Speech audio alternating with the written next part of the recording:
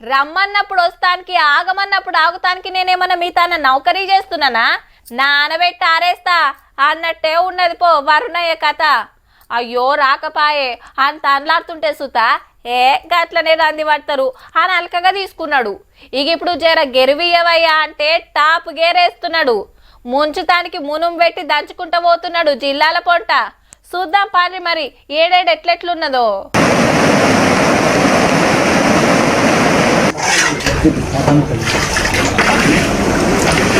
ములుగు జిల్లాల దంచుతుండే వరకు వాగులన్నీ పొంగిపోర్లుడు, ఇండ్లకు జొర్రుడు, అక్కలు నీళ్ళెత్తి పోసుడు, అన్నలు బురద ఊడ్సేసుడు.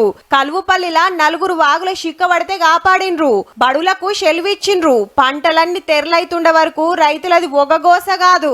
ఇప్పటికి 3 సార్లు వరదలు వచ్చినాయి. 3 సార్లు మేటలు పోసి పొలాలు నాట్లు కొట్టకపోవడం జరిగింది. మళ్ళీ నాటు పెట్టడం జరిగింది. ఆదిలాబాద్, నిజామాబాద్, సంగారెడ్డిల సుత మునిగినాయి పంటలు. కాళేశ్వరం కాడ గోదావరి, ప్రాణహిత, బాసరల గోదారమ్మ గీతీర్ల ఉరుకులాడుతుంటే పెన్గంగా గిట్ల రువ్వడి చూపిస్తుంది. నిజాం సాగర్ నిండుకుండైంది, కౌలాస్నాల కలకలలాడుతుంది. శ్రీరామ్ సాగర్ కు వరద నూక్కొస్తనే ఉన్నది. మంత్రి జూపల్లి సార్ పోయి పరిశీలించుకున్నాడు. కడెం ప్రాజెక్టు నిండింది, సదర్మట ఆనకట్ట అలుగు దుంకుతుంది. ఇక కృష్ణమ్మ, శ్రీశైలం ప్రాజెక్టు కాడ ఇట్లా, సాగర్ కాడ ఇట్లా దుంకులాడుతుంది. పబ్లిక్ అంతా పైలంగా ఉండాలని చెప్తున్నారు ఆఫీసర్లు. ఫార్మర్స్ కూడా జాగ్రత్తగా పని చేయాలి. ఫిషర్మెన్ కూడా చెరువు దగ్గర ఇప్పుడు అవాయిడ్ చేయాలి. ఎల్లంపల్లి ప్రాజెక్టు 35 గేట్లెత్తి నీళ్లు కిందికిడుస్తున్నారు. బొగ్గు బాయిల్లా బొగ్గు దొవ్వుడు ఆపిండ్రు. మంచిర్యాల జిల్లాల గిల్లు చెరువుల లగ్గం చేసుకున్నట్టే ఉన్నది పోర్రి.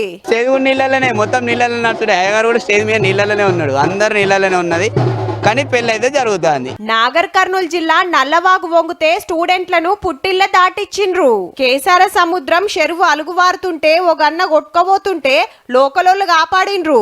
వికారాబాద్ జిల్లా బోమ్రాస్పేట పెద్ద చెరువు మత్తడి పోస్తుండు తోటి చేపల కోసం తలుగుడు తలిగిండ్రు అన్నలు.